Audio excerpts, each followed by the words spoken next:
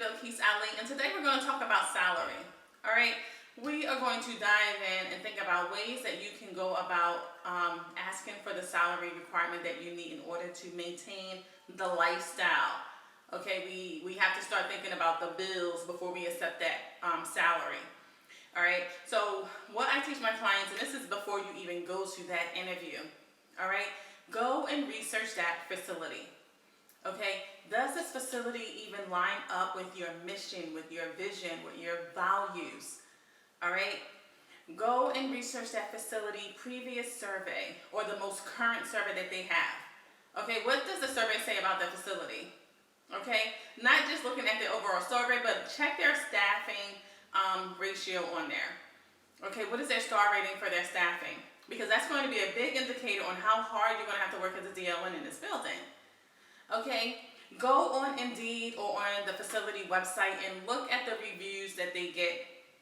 What does the staff say about that facility? What does the residents say about their facility or their families? All right, because is this environment welcoming? All right, is this an environment that you think you can even work in? All right, and this is just to give you a general idea before you get to that interview.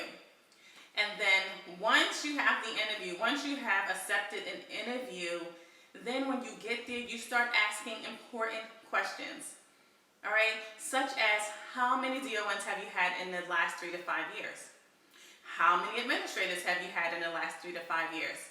And I ask that because when you have a revolving door with the turnover of leadership in the facility, it can really hinder your morale in that facility. Okay, it can really say like, oh, well, you know, every time administration comes in, they say something and then now we have someone else. And now we have to get used to someone else's personality traits and how they teach and how they interact with us. All right, so it's important that you know this because you're going to now try to gain trust with this new team. Okay, how many open positions do you have? Okay, are you going to be doing your job, the wound nurse, the educator, the infection control, the scheduling? How many open positions do you have in that facility? All right, and say once you ask these questions and they don't have a plan in place, like what does that recruitment look like to fill these positions, then you might want to pause on that interview.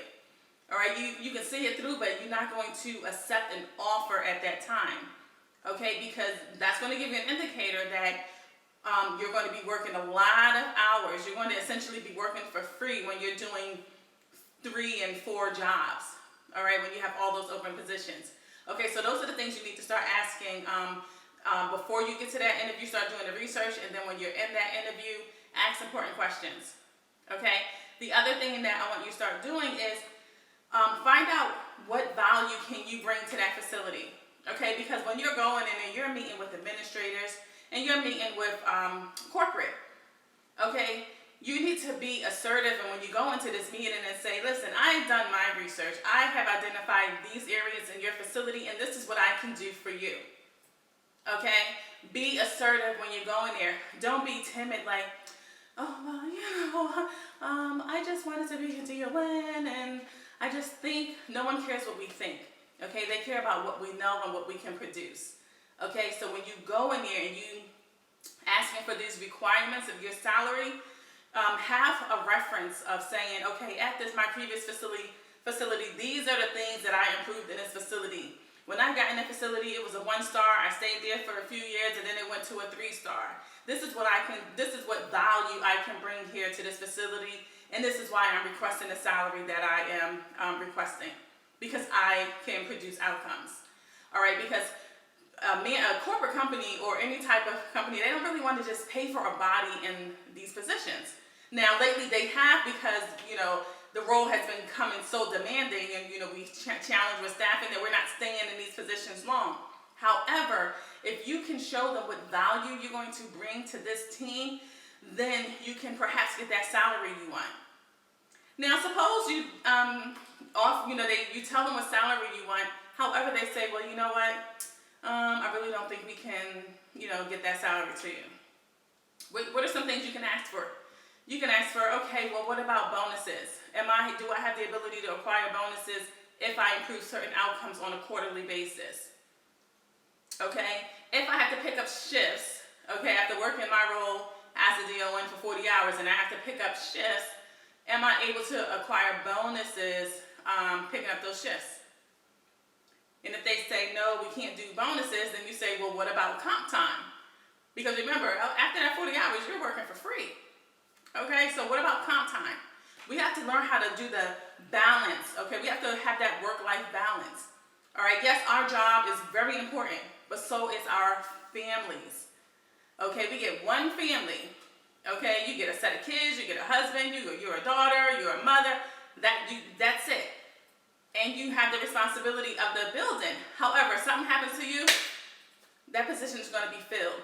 Okay, so you need to set those boundaries. All right, so if they can't offer you that bonus or that comp time, then that might not be the position for you.